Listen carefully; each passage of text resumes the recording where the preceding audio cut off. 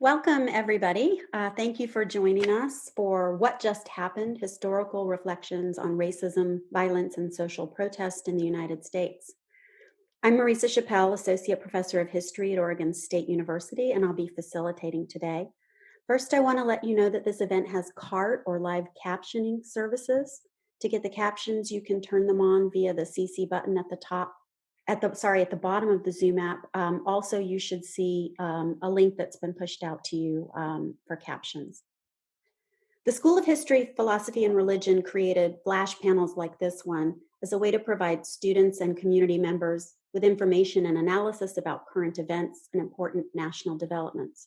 Our goal is to provide essential expert nonpartisan analysis of some of the most pressing issues in the world today to our students and our community. We've held panels on the occupation of the Malheur Wildlife Refuge, changes to immigration policies, mass shooting at the Tree of Life Synagogue in Philadelphia, the impeachment of President Trump, the diplomatic crisis with Iran, and other events. I want to thank those who have made this event possible: Amy Kohlinger, Nicole von Germeten, Suzanne Giftai, and Natalia Bueno, Eric Gleski and Stephanie Jenkins, and Elizabeth Archer.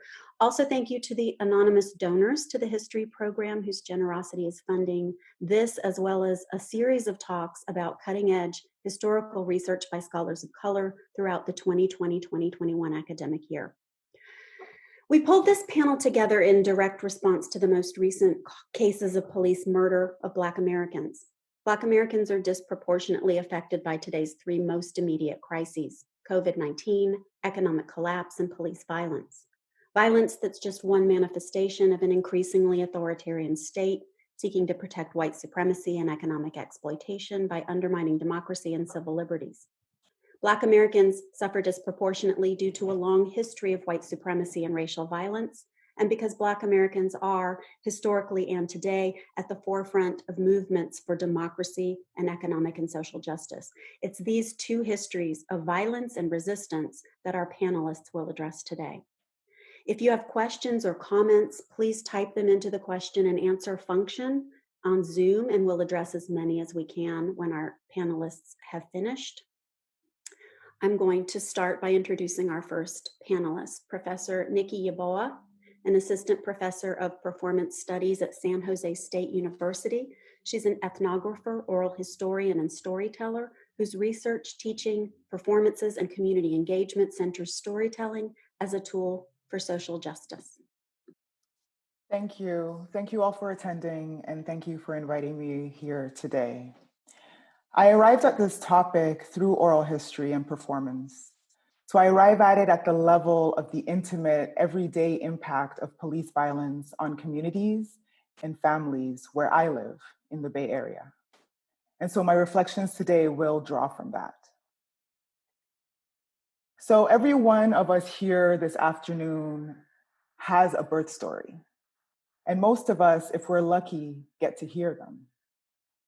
Usually, but not always, it's passed on to us by family members, most likely our mothers.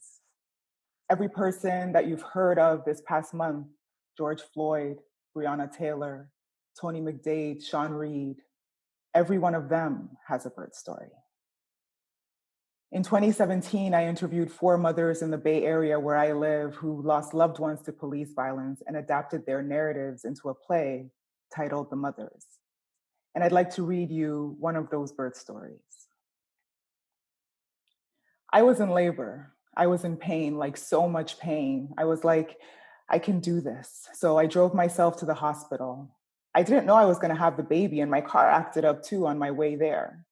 I had a van jumpstart my car on Highway 5. I went in there and I said, "Oh, I'm sick." And they said, "You fitting to have a baby." I was like 8 or 9 centimeters, so the baby was basically ready. But the nurse said, "Don't push that baby out yet. Don't you do it. Don't you do it." Well, if it's gonna come, it's gonna come. So I just pushed the baby out right on the bed. That was the birth story of James Earl Rivera Jr., who was shot and killed by Stockton police on July 22nd, 2010, a day before his 17th birthday. For the sake of time, I won't go into any more of these stories, but I'd like to read you a section of a statement that I issued with the mothers I interviewed just yesterday, reflecting on the moment that we're in. We wrote, quote, "These past few weeks have been deeply triggering for us and many families who lost loved ones before Mr. Floyd. It is said that when he was taking his last breaths, he cried out for his mother. The thought that our loved ones might have cried out for us in the same way haunts us. We know many of your hearts are aching, many of you are outraged, and many of you are exhausted by the weight of it all. We've been feeling this way for years, but we must keep going. We hope that you learn the names of those killed in your own backyards that never made national news, and support those families in your own community. When all the protests die down, the families that have been impacted will still need your support for the long haul," end quote. And I want to provide you with some examples of what the long haul effects of police violence are on families. For Dion Smith, the mother of James Earl Rivera Jr., whose birth story I read earlier, she says that what hurts most about this whole thing is that I didn't have the opportunity to hold him. I think that's what hurt me the most out of everything. They had my baby wrapped up like a mummy, and they let me identify him through a little window. I didn't even know why they wrapped him up. They wrapped him up because of the damage he suffered. I didn't know until I went to the morgue, and when I said, "I want to hold my son," and my friend said, "No, you don't want to see him right now." When I seen my son, that changed me forever. That changed me forever. The memory of her son lying in the morgue haunts her to this day. Dion is afraid to let her other sons go out and play. She's afraid that someone might brand them as suspicious because they're tall or Black or they have tattoos. She's lost her home to the legal fees accrued in her fight for justice. Her children have been bullied at school. Her daughter has a panic attack every time she goes out to protest because she's afraid that her mother will also die. Dion herself has been in and out of the hospital with heart problems brought on by the stress of fighting for her son. Her family will never be the same again. Kimberly Phillips, who lost her son AJ, has PTSD from being there the night he was shot. She says, "When the guys want to light fireworks on the 4th of July, God, I feel like I'm gonna die. When cars or motorcycles are loud, I'm like, God, you know what I mean? Like I'm on the battlefield, literally, like any kind of loud noise and I flinch. I hear police, the fire department, I'm jumping. I shouldn't have to live like that, but that's been my life, and that's not normal." Suicidal thoughts are also common among the women that I interviewed, every last one. Kimberly says that try to live your life with watching your son get gunned down, finding blood, this and that. I'm going to tell you, it takes all of God, and it is by his grace alone that I'm still here on planet Earth, because that was my baby, firstborn son. I just felt like they had murdered me, you know? I said, as a matter of fact, I almost wish they would. Believe me, if they came to put a gun to my head, I won't even flinch. I will not flinch, because that's the amount of pain. It's like a living torture, but I have to choose to live for everybody else. Kimberly's son AJ's death put a strain between her and the rest of her family, who believed she should move on with her life and heal. They're concerned about the toll her fight for justice takes on her MS, but she cannot. And then there's the self-blame, the guilt that they have to live with, the questions of what I could have done differently. Sharon, whose son Philip Watkins was killed while he was having a mental crisis in front of his home, said during her interview that I felt like I abandoned him when he needed me the most. Every time when he was little and he was scared, the first time he did his swimming competition in front of everybody, he was scared, but I was there. And when he needed me the most, I wasn't there. And I know it's not my fault. I know it doesn't make sense, but I just feel like I wanted to be there. He needed me. And maybe there's nothing I could have done, but maybe there was. I feel like I failed him when he needed me, you know? Your mother's supposed to be there when you need her. It still hurts. I feel like he died alone. When I would wake up, I'd be disappointed that I woke up and I just wanted to be dead. I'd be like, why, God? Why are you keeping me here? I just want to see him. I want to talk to him. I have a jacket of his that I wear sometimes. I have a pair of his socks that he left, and I wanted that because I wanted to take him with me if I ever left California. Sometimes I put them on and I'll just wear his jacket. Sharon has a granddaughter that looks just like her son, and it's been painful watching her grow up without her father. It's been painful being reminded of Philip every time she looks into her eyes. The children left behind carry the trauma as well, leading to intergenerational pain and suffering. Lori lost her partner, Antonio Guzman Lopez, at the hands of San Jose State University police, where I work, 7 years ago, and is now a single mother raising her child. During the interview, she showed me a letter that was written by her son, their son, Josiah. She says, "This is a letter that my son wrote, what he wants for Christmas." And most kids would say a car, this and that. My son puts, "All I want for Christmas is you, Father. I miss you so much. Love, your little boy." And I can't fix that, Nikki. Literally, as a mom, I could never fix what Josiah lost. I can't take him to the doctor and say, "Give me medicine to help take this pain away," like when he's running a fever or gets hurt. Nothing I could do can fix or bring back what he wants ever. And that, to me, as a mom, is the most helpless feeling of not being able to make it right what other people did. I'm speaking on behalf of the mothers right now when I say, don't let this be a moment. Don't let your activism fade with the headlines. For these families, this loss is a permanent one, and their fight for justice takes years. For Dion, it took 10 years. Lori has been fighting for 7. Kim and Sharon for 5. This is not a moment. What does justice look like for these families? In 2020, it looks like protests. It looks like advocating for legal reform. But in 2021, it might look like researching free therapists for them in their area, sending over food. In 2022, 2023, 2024, it looks like continuing to show up to the hearings that are drawn out over several years, betting on the news media spotlight fading and public outrage to die down.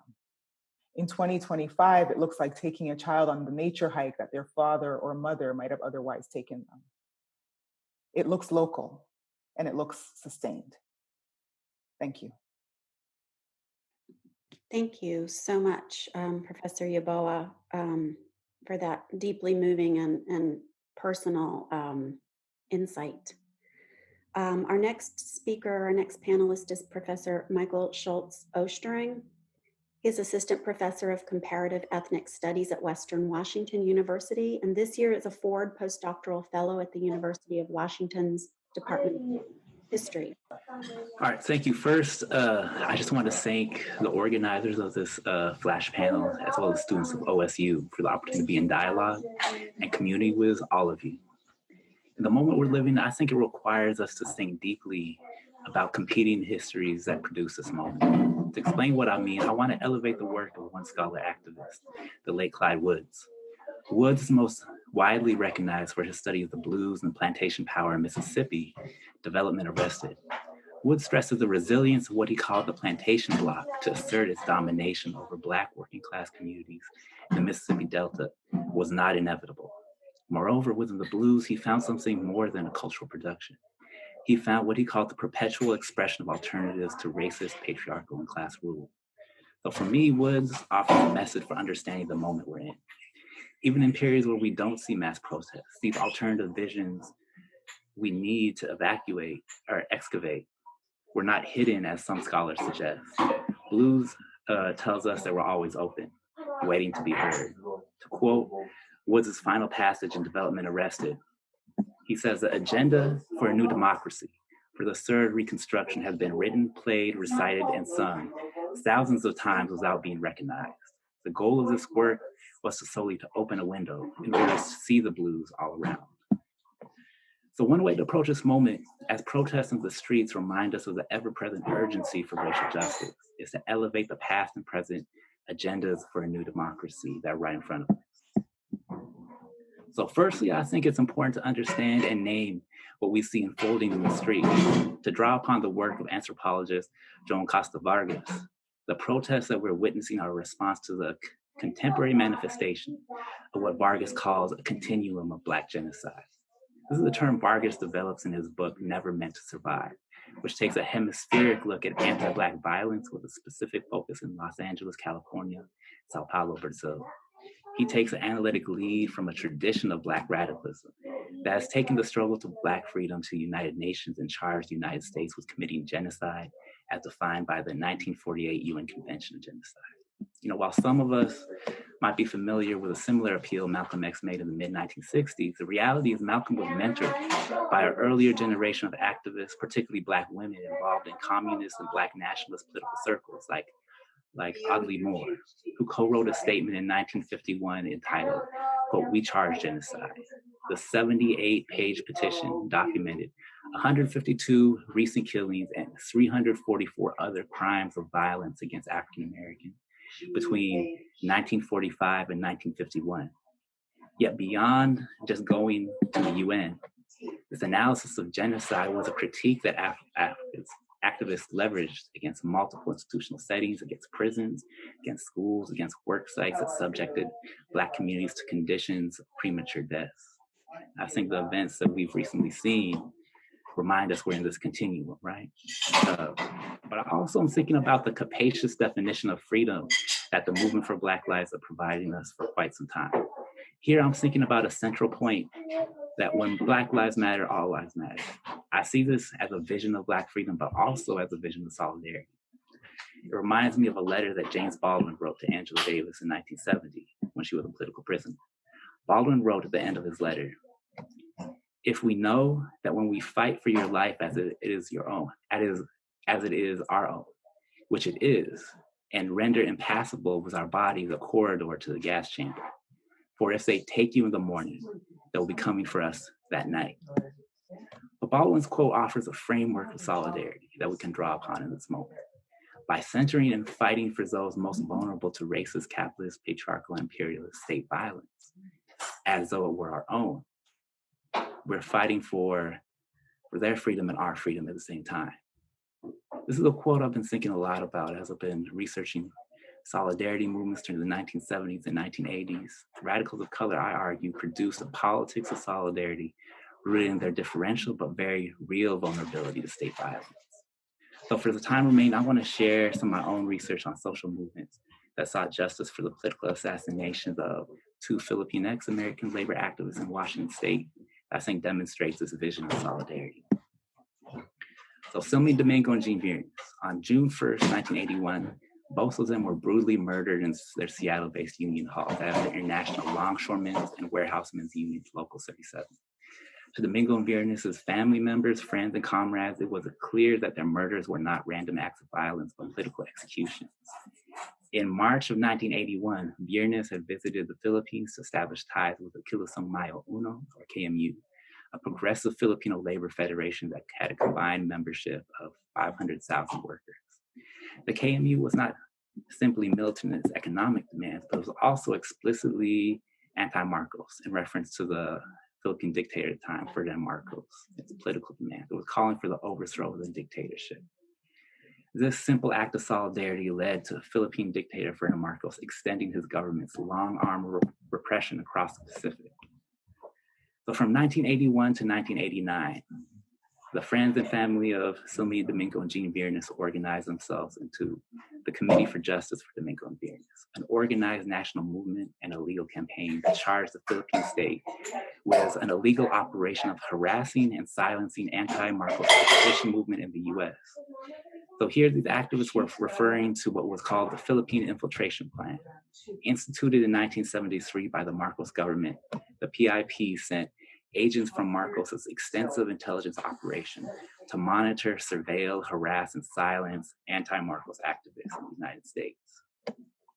So in the wake of their murders, the Committee for Justice for Domingo and Viernes developed a sophisticated reading of what the Philippine Infiltration Plan meant for left activists in the United States. Specifically, this infiltration plan and other programs designed to surveil and repress solidarity movements in the US produced new forms of vulnerability for racialized and diasporic populations who critique US empire.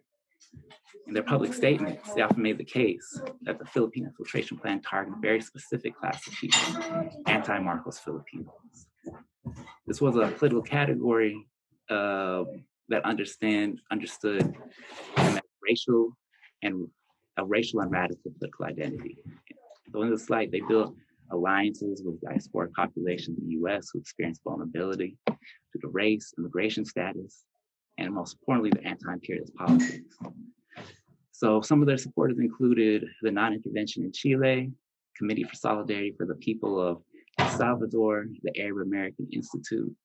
Moreover, they developed close ties and relationships with the National Conference of Black Lawyers who fought to free Black activists who continually face jail time for their political activity.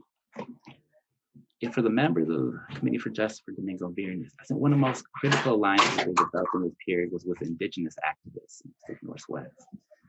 So the Survival American Indian Association is most well known for its struggles to defend treaty-protected fishing rights in Washington State. But in 1975, they were part of a broader collective of Indigenous activists organized in what they called Stop the War on Indian People. A pamphlet produced by the Seattle Collective indicated what they called the anti-war movement's logic. The people of the U.S. rose in the 1960s to demand an end to the Vietnam War and cried, "Bring the troops home." The U.S. government has done just that against Indian people. We must again ask the U.S. people to raise their voice to stop the horrors of anti-Indian violence. Well, the document went on to highlight 2 years of U.S.-sanctioned terrorism in response to intensified indigenous resistance. Particularly alarming was over 170 Native Americans that were killed on Pine Ridge and Rosebud reservations alone since February 1973. For this group, they also saw these murders, also captured conditions. So these murders alone did not capture conditions that Indigenous people face. They made connections to the Bureau of Indian Affairs' efforts to relocate Navajo, Hopi, and Northern Cheyenne treaty people off the reservations that were rich with natural resources, as well as the continued effort to regulate Indigenous fishermen in the Pacific Northwest. All of these were interconnected processes of genocide. So I just kind of think about how the connections between Indigenous and Filipino resistance at this moment. There's a new collective of memoirs of Filipino activists called The Time to Rise, and an essay penned by Chris Melrose entitled "How Do I Side the Bulletproof Vest?" reveals this history of Filipino and Indigenous solidarity that's been hidden in plain sight.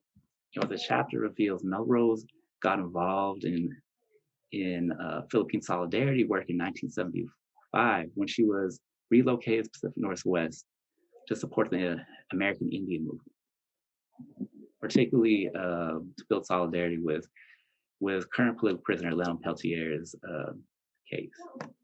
So in subsequent years, she worked with Filipino activists to organize solidarity between Indigenous and Filipino communities in Washington State. I think in the context of the Domingo Viernes murder, she shifted activities to supporting the Committee for Justice for Domingo Viernes. So to Melrose's connections between Ferdinand Marcos' martial law regime and the Pine Ridge reservations, tribal chair during the mid-1970s were readily apparent. Both these communities confronted what they defined as U.S.-supported martial law regime, right? So just to kind of end quickly, I was thinking about this in the context of, the extreme form of state violence we're seeing against Black communities, but also in the Philippines right now, they passed an anti-terror bill that allows the current president to round up, harass, incarcerate anyone who he defined as terrorist, right? And I think, these moments, for me, when I think about the expansive visions of freedom that Black social movements offer, I think offer us an opportunity to really kind of think about what solidarity means and making connections across these struggles. Thank you. Thank you so much. Our next panelist is Professor Kara Ritzheimer. She is Associate Professor of History at Oregon State University and teaches and writes about German history. And I think Professor Ritzheimer was the initiator of the entire flash panel concept. So, Thank you very much. And I'm delighted to be part of this panel. So as Marisa just said, I'm speaking today more as a professor of modern German history. So last Monday, June 1st, 2020, President Donald Trump threatened to send the U.S. military into cities and states where mayors and governors have been unable or unwilling to quell protests and unrest. Trump declared, if a city or state refuses to take actions that are necessary to defend the life and property of their residents, then I will deploy the United States military and quickly solve the problem for them. In recent days, news outlets have reported that, in fact, President Trump wanted to deploy as many as 10,000 troops to Washington, D.C. CBS, Reuters, the New York Times, CNN, and other news organizations are reporting that Defense Secretary Mark Esper, General Mark Milley, the chairman of the Joint Chiefs of Staff, and Attorney General William Barr collectively persuaded President Trump to not follow through with this threat. Instead, according to an article published by CBS News, Esper and Milley held a phone call with state governors and asked them to activate the National Guard in their states. Esper also temporarily positioned active soldiers from the 82nd Airborne in Washington, D.C., and we now know that Attorney General Barr deployed unmarked yet armed federal forces into the D.C. area. On the CBS program Face the Nation, which aired this past Sunday, Attorney General Barr denied that President Trump ever wanted to send troops onto D.C. streets. Instead, Barr asserted, Trump only wanted to place troops on standby. Whether we believe Barr or not, we should be worried by President Trump's threat to essentially override state sovereignty by sending U.S. troops into states where governors and mayors have not asked for such assistance. We should all be concerned by any effort or any threatened effort to take steps that might centralize political power. The Insurrection Act of 1807 gives the U.S. president the legal authority to deploy military troops for the purpose of suppressing insurrection or obstruction to the law. Both the Declaration and the powers inherent in the presidency are troubling, in part because the terms insurrection and obstruction are so elastic. Who will define whether or not protesters have moved beyond exercising their First Amendment rights and have become insurrectionists and obstructionists? How much and how far will race, racism, and the ongoing election impact how Trump and his administration apply these terms? Another equally critical concern is the impact such a step could have on our federalist system, whereby the national government shares power with the states, and states retain their own constitutions, legislatures, laws, and judicial systems. These are all major questions, and for me, as a historian of modern Germany, they bring to mind key events that took place in the last days of the Weimar Republic and the first months of the Nazi regime. The Nazi Party's eagerness to dismantle Germany's federalist system is a stern reminder of how federalism can function as a bulwark of key freedoms. When Germany unified in 1871, it did so along federalist lines. Germany now had a Kaiser, but it was a country made up of separate states that retained their own legal codes, constitutions, and legislatures. In 1919, as German lawmakers debated their political future in the wake of defeat in World War I, they made two key decisions. The first was to make Germany into a democratic republic. The second was to maintain this federalist system. In January 1933, Adolf Hitler finagled his way into power. Nearly every history book and college course will emphasize the steps Hitler and his allies took to consolidate power: the suspension of civil rights following the Reichstag fire, the passage of the Enabling Act, the purging of the civil service, the disbandment of unions, the outlawing of all other political parties. One crucial, yet less conspicuous step was Hitler's purposeful elimination of federalism. And here the details matter. On February 27, 1933, the German Reichstag burned down. Historians still dispute who started the fire, although I tend to side with those who pin the blame on Nazis.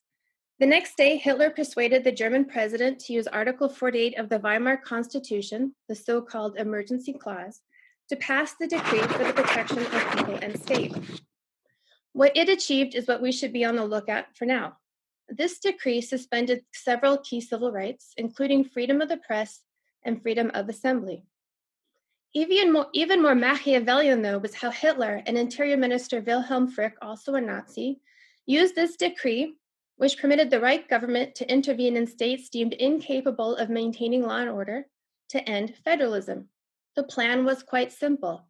Members of the brown shirts, or the SA, caused disturbances to create the perception and reality of disorder.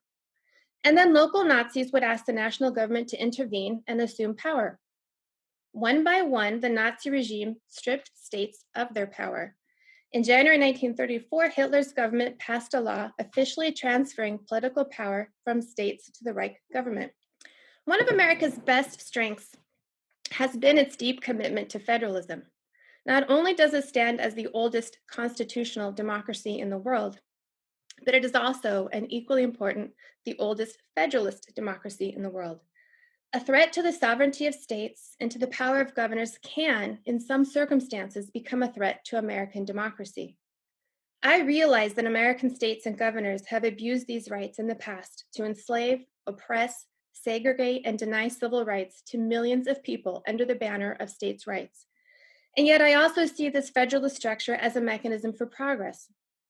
As Supreme Court Justice Louis Brandeis famously put it, the states at their best function as, quote, laboratories of democracy, end quote. First, one state authorizes women to vote or legalizes gay marriage, and then another, and then another. Bit by bit, we progress forward.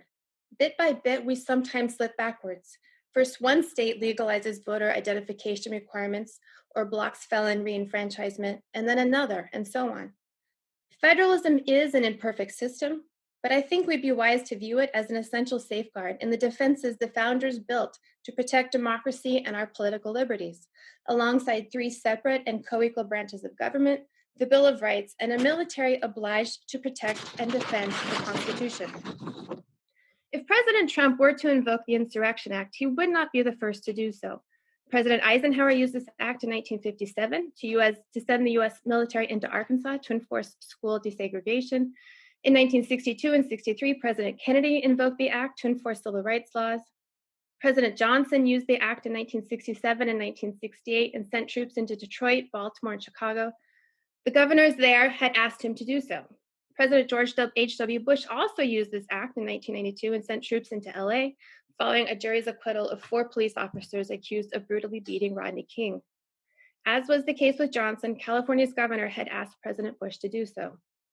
Trump's threat to use the Insurrection Act to deploy troops to American cities experiencing protests against the wishes of governors and mayors is quite a different matter. I suggest we read it for what it is, a threat against the federalist system that since the 1780s has acted as a brake on the national consolidation of power. I certainly don't mean to argue that my rights need to be shielded from national overreach at the expense of someone else's rights being oppressed at the state level. My goal here is to draw our attention to how the president's invocation of the Insurrection Act against the will of governors and mayors would be a dangerous violation of state sovereignty and a consolidation of political power. For me, a glance at German history reveals what might happen when federalism collapses. Thank you, Professor Ritzheimer. Our final panelist is Professor Joseph Orosco. He is a professor of philosophy at Oregon State University, where he teaches and writes about social and political philosophy and philosophies of social movements, and where he directs the Peace Studies program. Thank you, Dr. Chappell. Let me say thank you to the organizers of this panel, and thank you to all my co-panelists. I want to begin first by acknowledging my presence on the ancestral homeland of the Kalapuya people who were removed by the U.S. government to the Warm Springs Reservation in Central Oregon. It is with gratitude and with honor for being here that I give these remarks. I want to share with you a set of slides and a set of images to help us sort of understand a little bit about the remarks that I'm going to talk about. I've titled my remarks Lessons About Police Violence from the Chicanx Experience. And I want to speak a little bit about what we can learn about how to confront and reform, transform, and change police violence from the experience of Mexican American people in the United States, and particularly from their social movements. So in speaking from this experience, I don't mean to decenter the Black Lives Matter movement or to complain that Mexican American people have also been suffering from police violence. I don't mean to appropriate the space in which we're in that is trying to center Black pain and Black suffering and Black voices for change. What I mean to do is to try to open focus and to notice points of solidarity between different struggles that allow us to see paths forward for social transformation as we move forward in the days ahead. And I take inspiration from a telegram that Martin Luther King sent to Cesar Chavez in September 1966. He wrote him at the time, "As brothers in the fight for equality, I extend the hand of fellowship and goodwill and wish continuing success to you and your members. The fight for equality must be fought on many fronts, in the urban slums, in the sweatshops of the factories and fields. Our separate struggles are really one, a struggle for freedom, for dignity, and for humanity." When I have seen the most recent protests taking place in Minneapolis and in Portland and in various other cities, I'm reminded of some other images that come from the struggle of Latinx people in the United States. And particularly, I think of these two protests. And both of them have celebrations or anniversaries this year. The first is the Chicano moratorium against the Vietnam War in August 1970. In that year, Chicano people decided to have a protest in Los Angeles to demonstrate against the disproportionate number of Chicanx people that were dying in the Vietnam War, given their population in the United States. And in a period of months, they were able to organize one of the largest anti-Vietnam War protests in U.S. history. About 30 to 35,000 people organized together to meet on August 29, 1970. And they decided to have a rally in a park in East LA.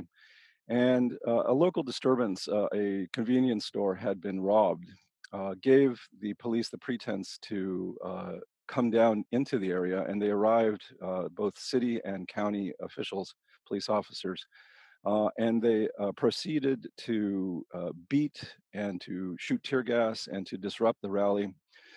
It was a huge incident of police violence. People were beaten mercilessly in the park. There were women, children, babies, families. It was meant as a nonviolent rally.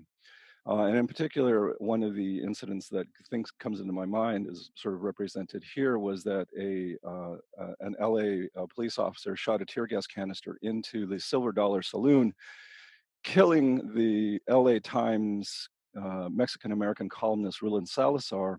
The canister was shot into the Silver Dollar Saloon and hit Ruben Salazar in the head, instantly killing him and silencing the voice of Mexican Americans in the LA Times. The second incident, which celebrates its 30th anniversary this year, is the Justice for Janitors March that took place in downtown LA in June 15th, 1990. So the anniversary is just a few days away from here.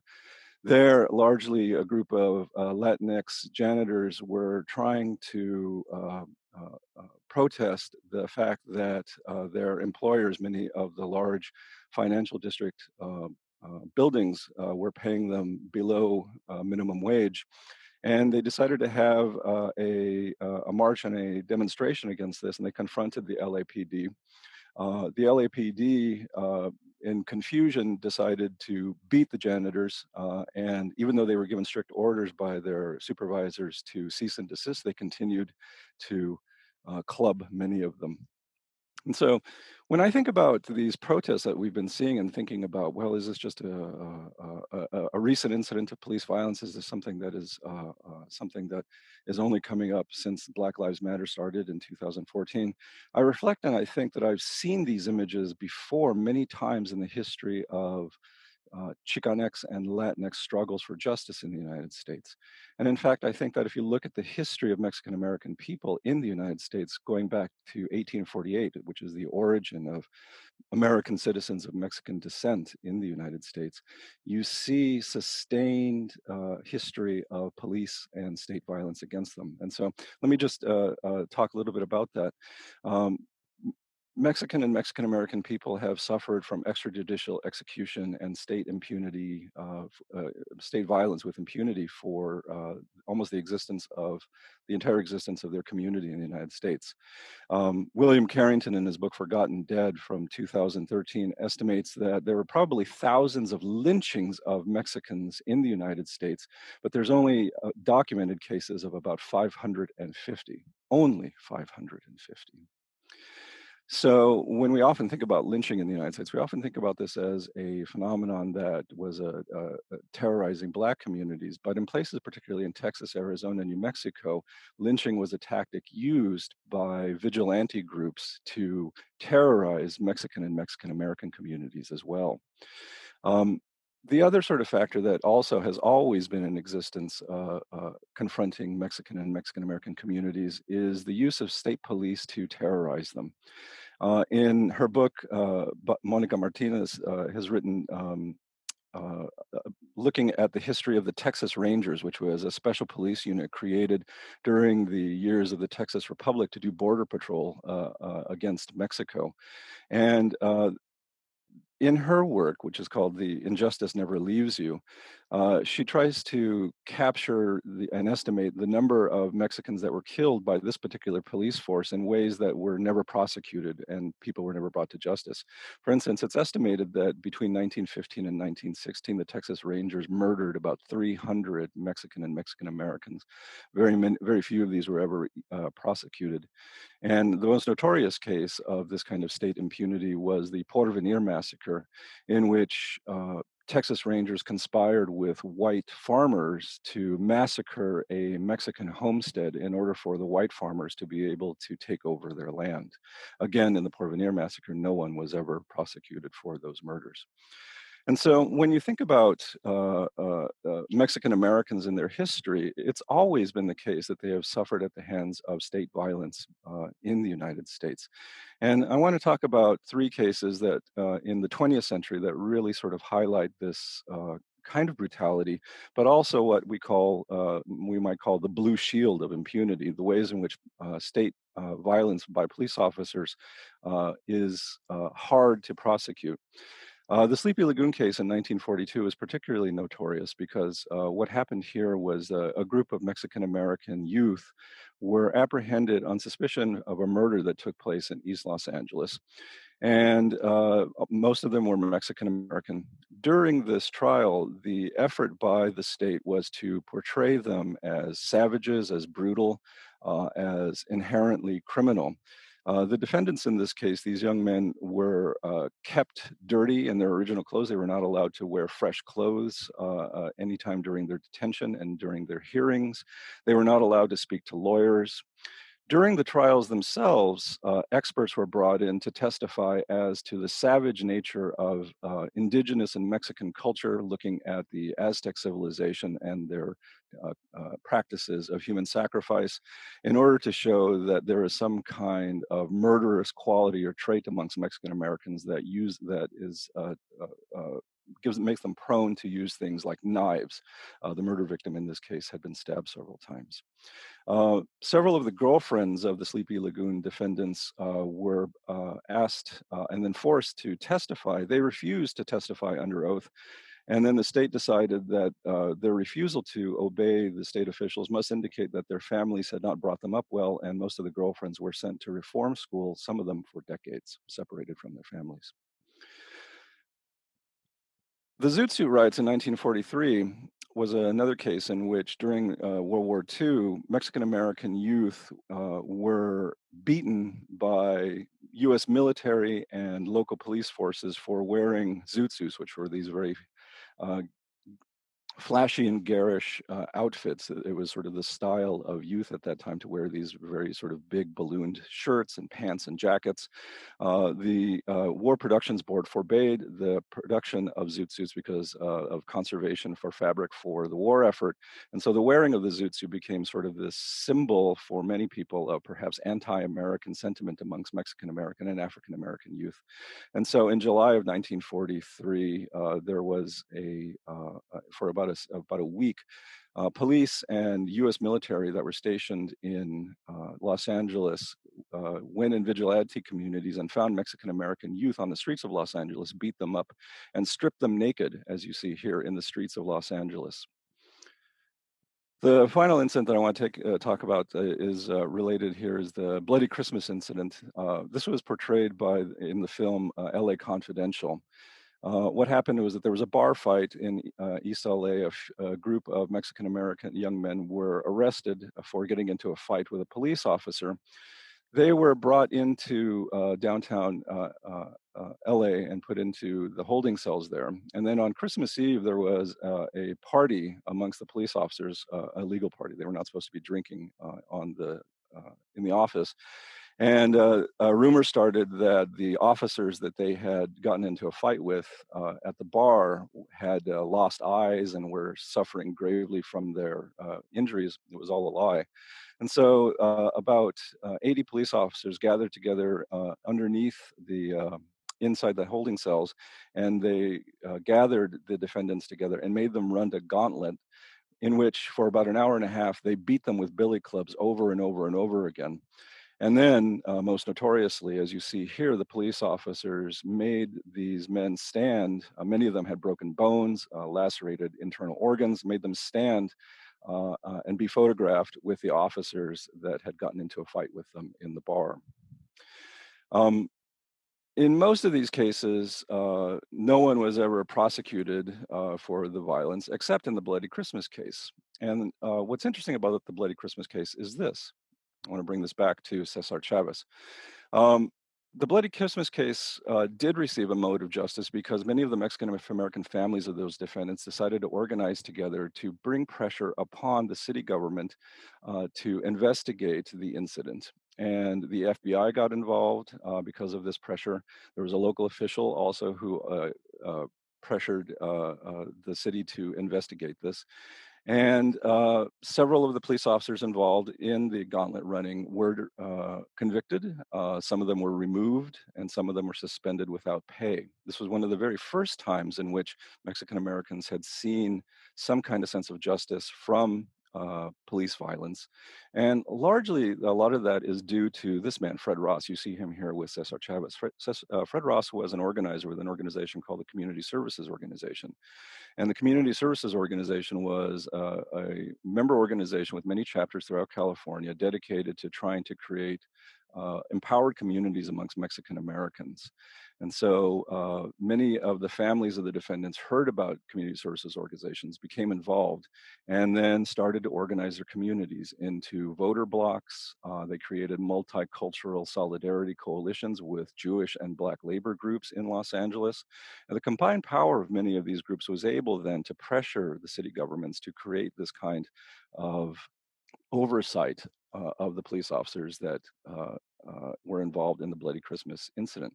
This was one of the very first times that the blue shield of the LAPD had been pierced, and it was through this combined work of these communities.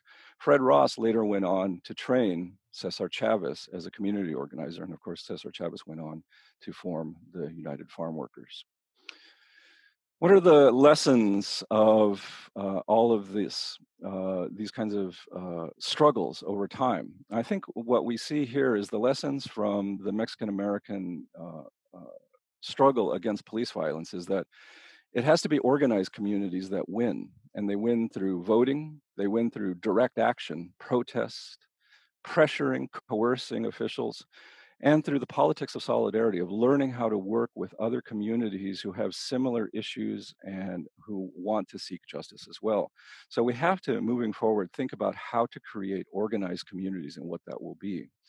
But the other thing to note is, from the Mexican-American experience, is that police violence is just the tip of the iceberg about the ways in which white supremacy deploys state violence.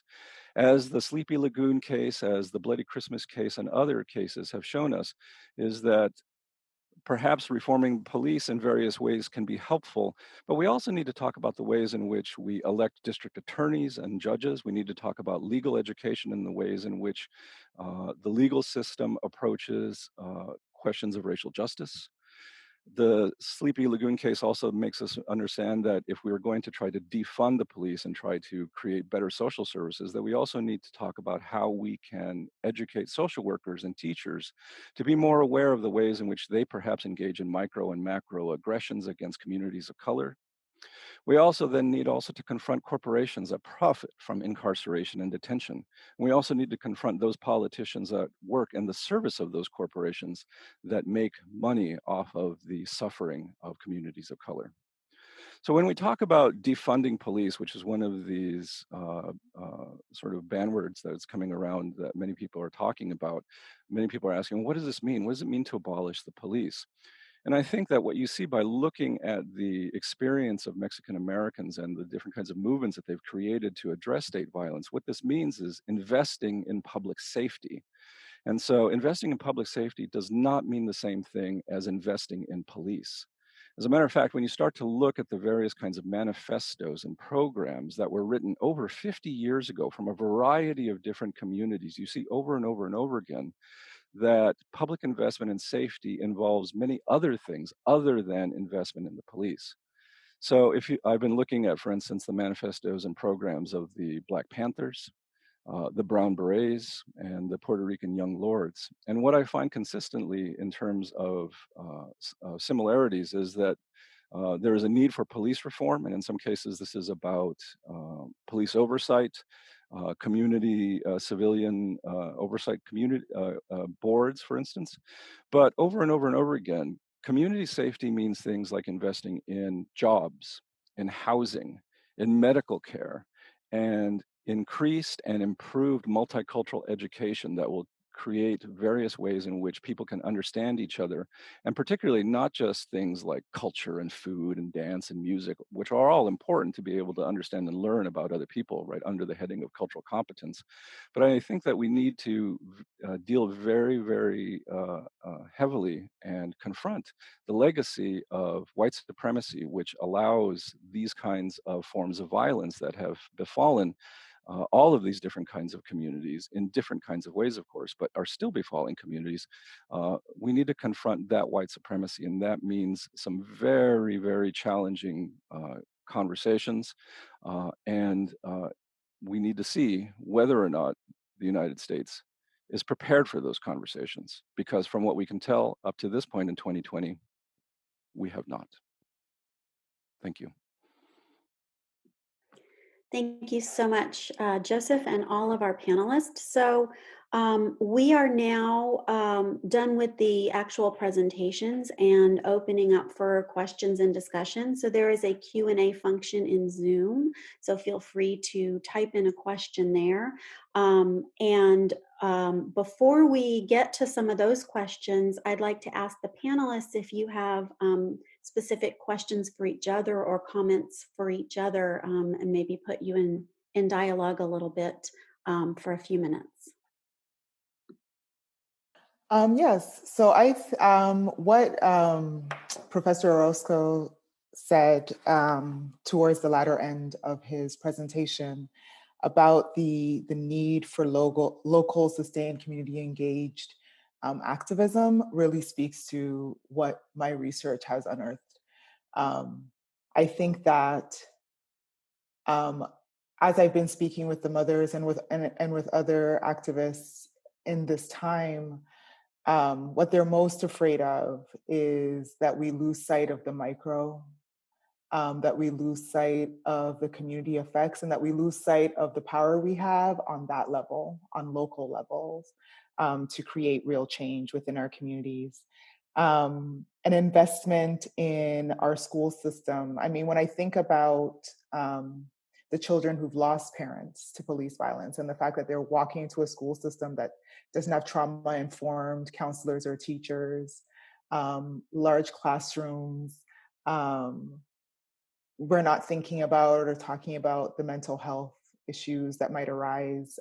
So actually, when someone is killed by an officer, the officers get mental health help, counseling, but the family does not, for example. So these are the kinds of ways in which the trauma then continues to live and fester within communities for the long term. So I just wanted to respond to that. Thank you. Anything else from the panelists? I think one thing that I've been trying to think about too, like kind of in conversation with was the last kind of 2 points, is kind of thinking about horizons for justice beyond the state. right? Because I think, this isn't like in disagreement with, what's been said, but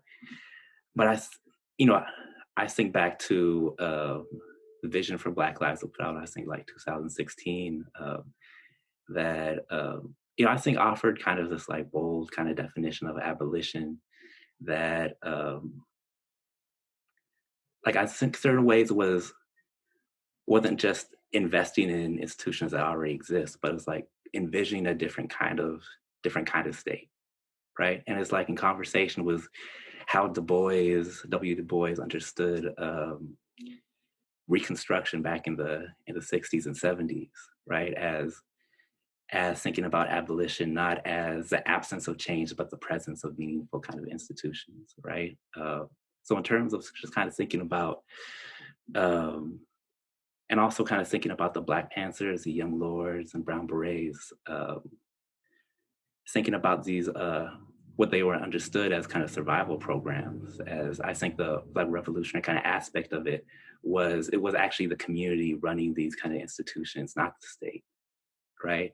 As kind of this producing kind of like an alternative, like I think, what activists today might call prefigurative politics, like prefiguring the kind of state that we want by creating it ourselves, right? So these are more just kind of me kind of thinking through a lot of these questions, but I think as we kind of think about answers, I think thinking about answers beyond the state and not saving the state. I don't know. Thank you so much. If it's okay with the panelists, I'm going to turn, because we've got some questions coming in, so I'm going to turn to some of those questions. I've got two that are quite related. So one is, we seem to be in a very special moment in history where we have the opportunity to bring about real change. As you have also powerfully documented, these crimes and injustices have been happening for centuries. Is there something special about this moment that's making change feel attainable for the first time in what feels like decades? In a time that seems to lean toward individualism and division, how do we ensure the moment doesn't pass? And a related question, when does the moment for direct action arrive? What does it look like? What does effective direct action look like? I mean, these are right, these are the questions that we're all grappling with right now. What do you think, in terms of thinking about historical perspective, about this moment we're at right now? Will it just pass, or is this a moment that can spark something real? And I think, just to respond really quickly, this moment feels a little different for me, just in the context of kind of the mass.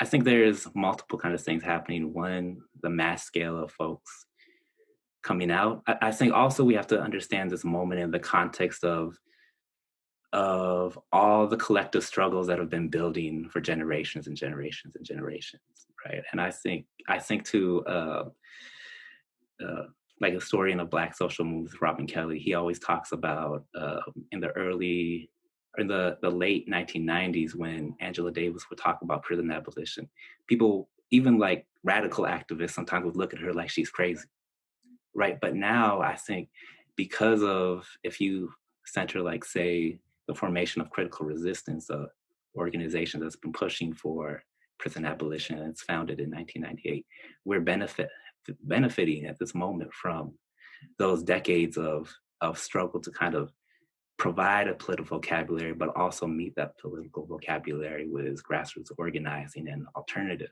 right? And I think the very fact that we're living in this epidemic has created, when people kind of say, they take Frantz Fanon's quote of like not being able to breathe, like, so many people can't breathe at this moment, right? And that's not to take away kind of like the particularity of anti-Black violence at this moment, but there's so many communities that just can't breathe for different reasons. And this is kind of a moment where people are kind of coming out, and they're bringing their grievances to a multitude of different kind of struggles that are happening right now, right? So I think it's an opportunity. And there's always kind of the question of, like, I always see this protests that are happening now as the beginning of something. There's always kind of the question of, where do we take it? And I think being able to have kind of spaces where folks could actually, different kind of movements could actually come together and strategically kind of think about what relationships with one another actually mean. Forums, something like this, in terms of actually being able to bring together folks to be in dialogue and actually envision kind of what abolition actually means. I think those are, I don't necessarily think that's the answer to the questions, but I think that's, a way, something to think about. I think what's really important about what you raise is, right, as historians, we go back and we say, the civil rights movement, as we think of it, didn't start in Montgomery with the busboy, right? That we always push back and we look and we can uncover, right, the building of infrastructure, the building of capacity over many, many years. And so I think that's a really important point. And the other thing that brings to mind is, Naomi Klein's disaster capitalism and this notion that sort of those who are on the other side, not fighting for justice, or say you have to have the plans in place for when the moment strikes, right? And so that's another thing it brought to mind, that activists for justice, right, need to have those plans in place. They may seem impractical at the moment, but we can work toward them and a moment might arise. Are there other panelists who want to speak to this particular question? I mean, I think there is something, there does seem to be something special in the sense of this moment, because I was looking at some information that the New York Times had about American attitudes, for instance, towards the Black Lives Matter movement, and about racial relationships in the United States. And things have really changed in terms of at least white American attitudes toward the Black Lives Matter movement from about 2013 to this point. And so overwhelming support, particularly amongst younger generations, what we would call millennial or Gen Z groups. So there seems to be a different kind of attitudinal change going on. The question for me is always like, is there going to be material change? Is there actually going to be changes in legal policy, in communities, and in certain kinds of ways of confronting cultural practices of whiteness and white supremacy? So at this, it seems that things are changing.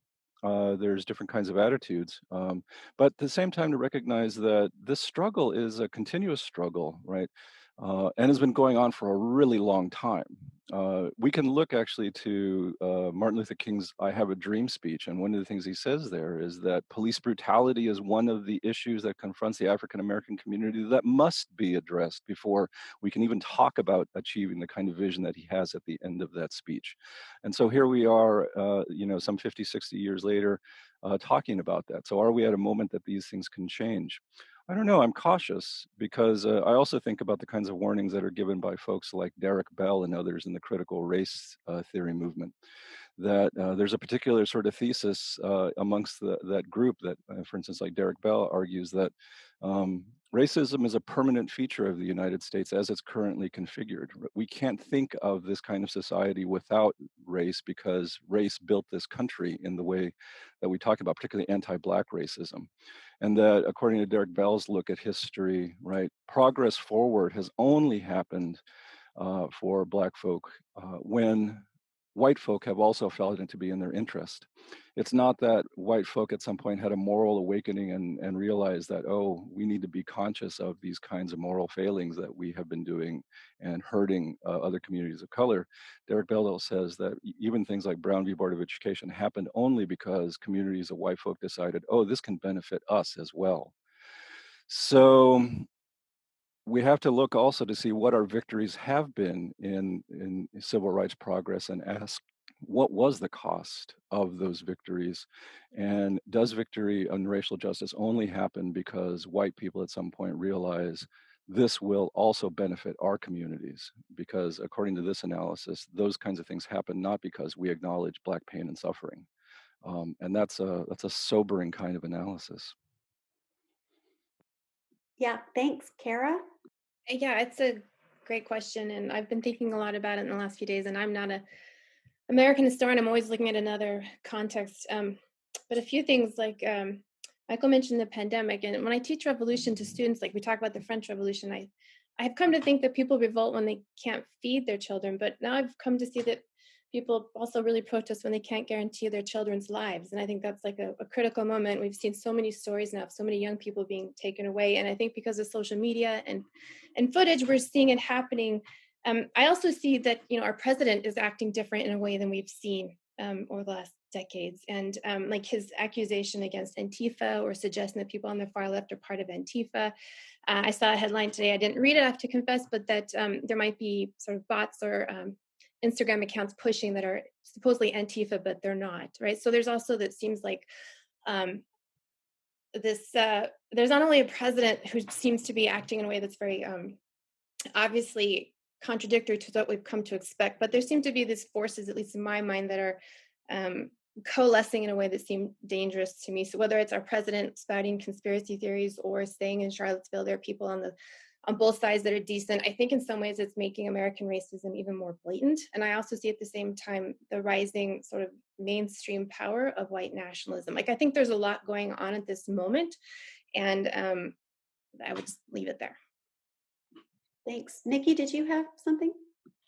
Yeah, I feel like this moment also reminds me of Achille Mbembe's notion of necropolitics, right? So the state that gets to decide to use its social and political power to decide who gets to live and who gets to die, and how historically the who gets to die has been bodies of color, specifically Black people. And the idea around it is that the discourse is that they die so that other more worthy citizens remain safe, right? Have the right to live and have the right to prosper. And I think for much of American history, that has been the case. Much of any colonial history, so extending beyond the United States to Canada, to Australia, to many formerly colonized countries in Africa.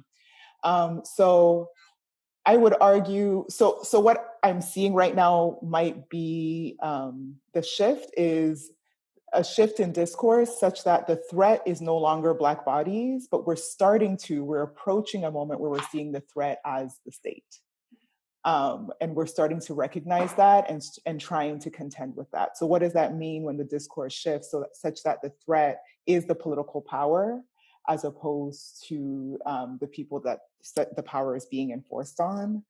In the discourse of law and order, that seems to have been a way in which historically American politicians have used to quell protests, to quell civil unrest, to quell the demands of the people.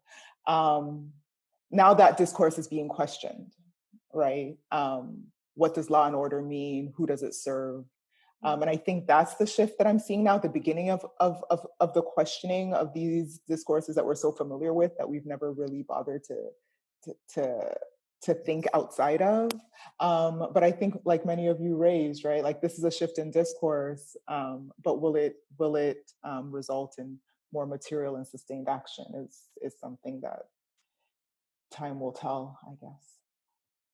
Yeah, that's great. And that raises another question here from the audience, which is, are there specific past proposals, policies, or actions that you think might best apply today? Beyond vital context, of course, what are the limits of past experiences to help inform us in blazing a best path forward? And, we've heard some various philosophers and activists of the past and their ideas and strategies brought up. Is there anything folks want to add? Can you think of really specific past policies, proposals, or actions that you'd like to see? If I could say one thing about this, I mean, I know that a lot of people who are interested, and perhaps many who are listening, and from what I see from the comments, many people are interested in, like, what can we do about police reform? And as I indicated, this is one sort of side of struggle. But I want to emphasize that I think that's going to have to take place on many, many different kinds of levels. But just at the level of police, I mean, I think that there's a lot of studies that are going out and showing that things like body cams and sensitivity trainings and things like this can be a little bit helpful, but they're not particularly that helpful, right? And so these kinds of reforms, I think we might want to invest some time in, but not very much. But one thing I think that we can really talk about, for instance, is we would talk about police violence, is trying to make sure that people's state governments are in compliance with the federal government and international standards on the police use of force. there was a report that came out in 2015 by Amnesty International that pointed out that a majority of the states in the United States have state laws that are out of compliance with Supreme Court guidelines about police use of force and international use of force. There are some states that allow police officers to shoot to kill defendants without any kind of warning, without having to shoot warning shots. Here in Oregon, for instance, police officers are still able, in some places, not in Portland, I believe, for instance, but in other places, to shoot into moving cars. These are all the different kinds of things that have been recognized internationally as outside of the guidelines of the lethal use of force. So if people are interested, they can look at this 2015 Amnesty International report about out of compliance with police use of force rules. And so even if your own local police force has all the different kinds of sensitivity trainings and all this kind of stuff, the law can shield them when it comes to cases of lethal use of force. And so it doesn't matter whether your police officer is a nice guy or a nice woman or would never do that or is really in the business to help people. The law can shield, right? This is from the experience, I think, of the Chicken X experience, is that over and over and over again, you see state law shielding police officers from any kind of consequences for lethal use of force and even less lethal use of force. And so if you want to sort of focus, I think, on police reform, focus on those kinds of state laws that generate the blue shield of impunity. All right, that's a little bit related. We have a question. How should we understand the current protests and movements as global, in addition to something rooted in racism and injustice in the US? And we've heard a little bit from panelists about past kind of connections to global movements. Anybody want to pipe in on that one? Well, I think there's a couple ways to kind of think about this. One, I've been following the solidarity protests that are happening in the Pacific. And I think it's really kind of important to think about, when you're thinking about anti-Blackness in the Pacific, Blackness and indigeneity are deeply interconnected, right? Because there's a history of in, say, for instance, in New Zealand, inspired by the Black Panthers, and I believe in like 1971, a group of indigenous Maori youth and migrant Polynesian youth formed the Polynesian Panthers, modeled after the Black Panthers, analysis of Black Power, modeled after their survival programs, and responding to kind of their particular kind of conditions of like settler colonialism, anti-Blackness, and like anti-migrant racism that were happening in the 70s and 80s, or particularly the 70s in New Zealand, right? So in terms of one, I think,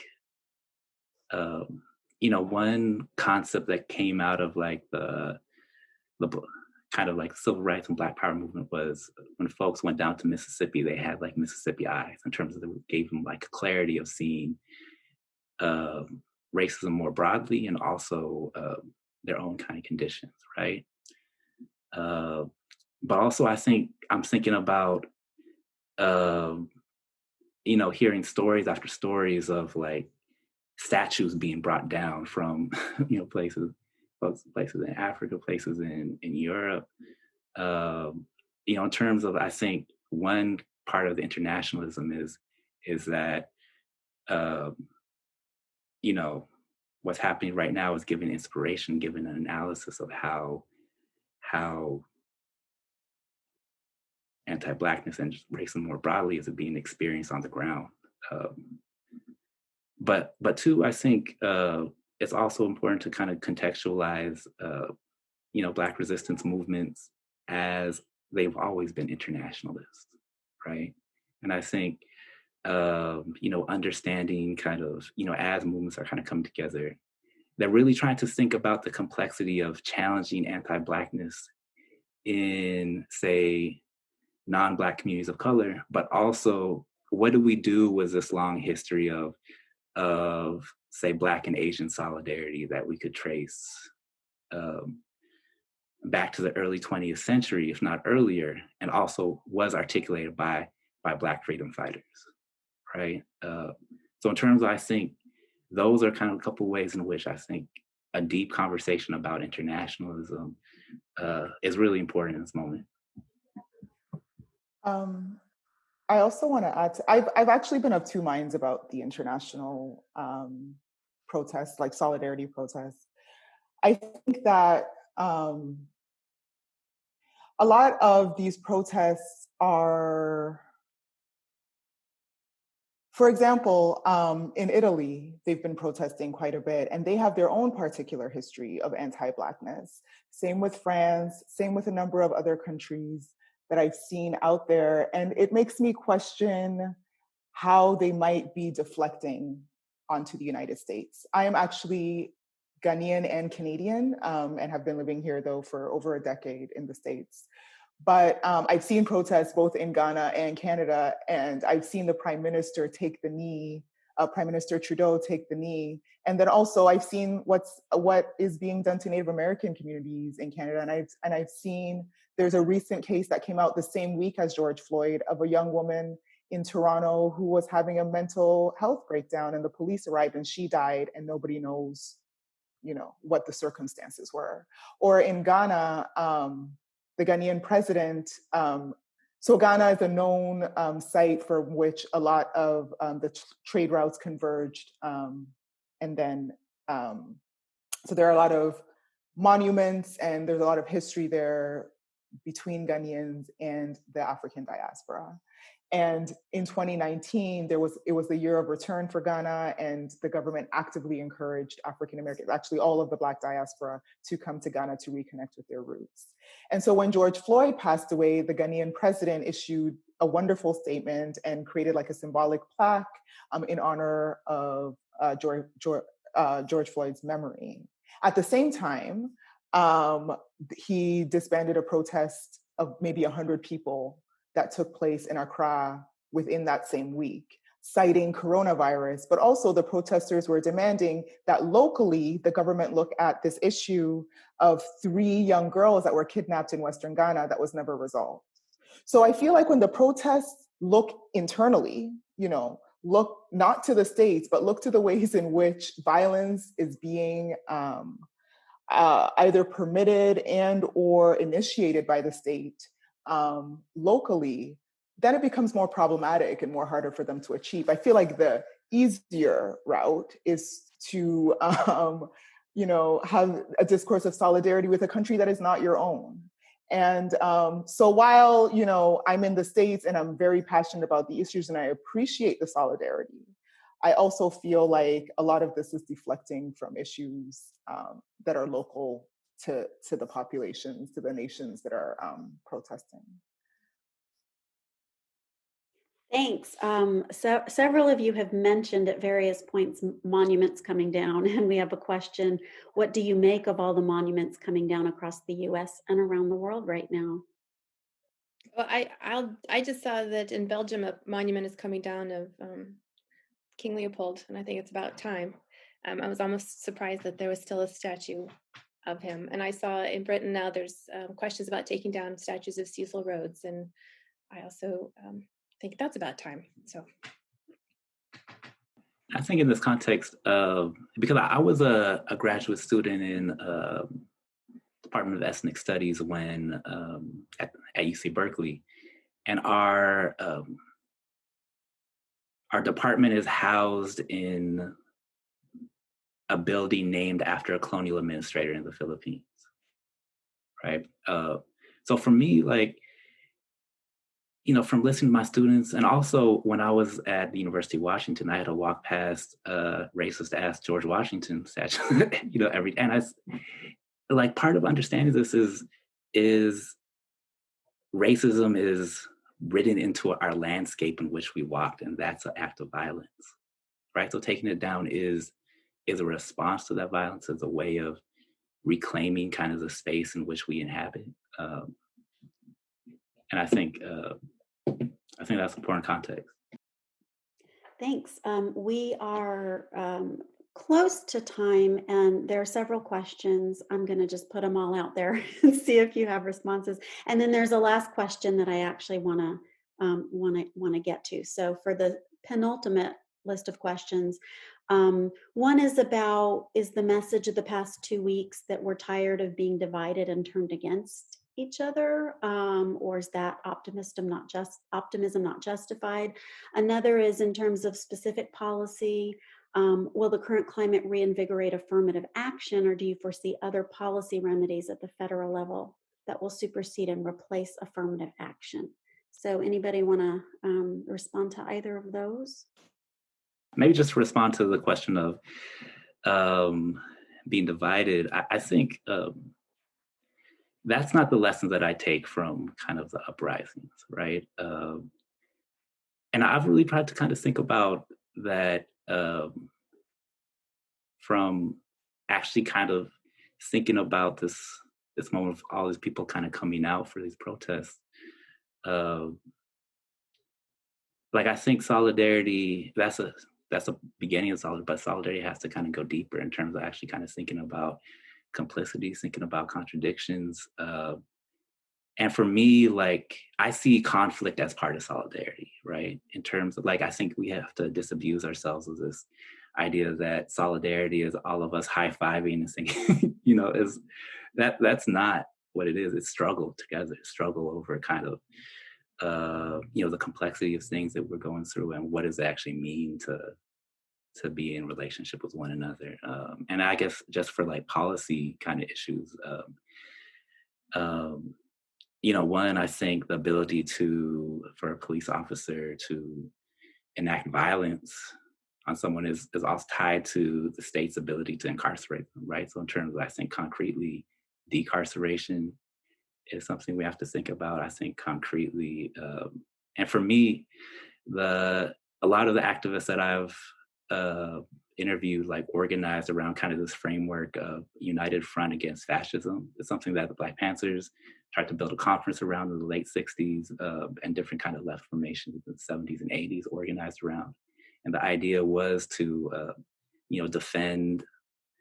defend their democratic rights, but also understanding that the state isn't our savior, right? So I think thinking about beyond policy, I think is important too. So thank you. A lot of the questions that are being asked reflect a kind of longing for what can I do? What can I do? What can I do? And I just want to say that there are lots of people out there doing things, thinking about it, organizing. So, connect with other people. Find those groups that are doing on the ground work, grassroots organizing, trying to advance and promote democracy and justice.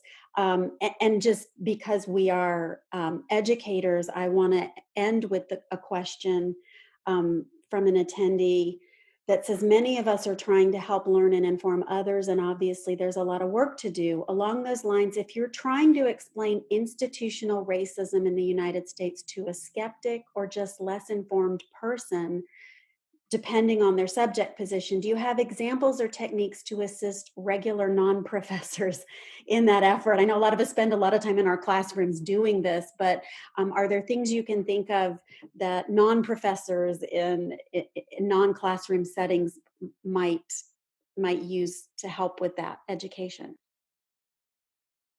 I'd say one thing is encourage people to read Black Power by Kwame Ture and Charles Hamilton, because this is a really, really useful and really user-friendly explanation of institutional racism. That's one suggestion. Other ideas? I don't know, just to be quick, I think, for me, that question depends on who am I talking to, and I think part of it is for folks who, because you have to kind of address the question of, like, why is that person skeptical, right? Because I think it's a very kind of different question for, like, even in thinking about the context of whiteness, like, someone from the suburbs opposed to someone who's, like, actually experiences very real economic vulnerability. because it's something that David Roediger, is a historian of like whiteness, talks about is like in like disinvested white communities, it's actually hard to actually, you can't organize someone around white privilege, even if it's real, right?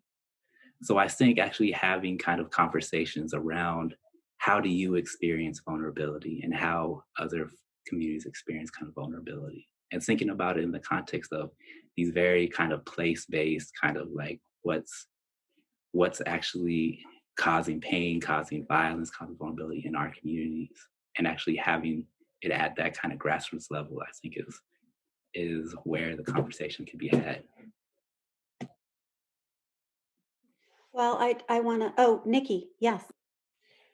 I have been trying to remember this essay that I'm sure many of you will recall, so please help me out. Ta-Nehisi Coates' essay in The Atlantic on the history of housing.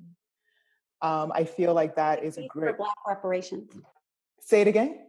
The case for reparations, yes? Yes, that. I feel like that's an amazing resource for people to understand how it is that, you know, neighborhoods are being gentrified. Black Americans don't have access to the capital and wealth that have been passed down to white Americans. And so I would push in that direction. I've had in some classes, I teach at a school that is predominantly Latinx and Asian. And a lot of my students are first generation, and a lot of my students are lower middle class. And so I've had white students in my class in the past say, you know, I'm poor, I don't have privilege. I don't understand why, you know, and then they'll point to Asians, for example, Asian immigrants, and say they have more money than I do. So why is it that I'm here having to listen to this, essentially? In conversations like that, you know, so I'll just use this case as an example. You probe more about what it is, how it is that they understand privilege. For this student, they gave the example of in their building. It's a building that is low income, and you know, the building is, and I'm the only white person in that building, so I don't have privilege. So then you have to unpack, why are you the only white person in that building?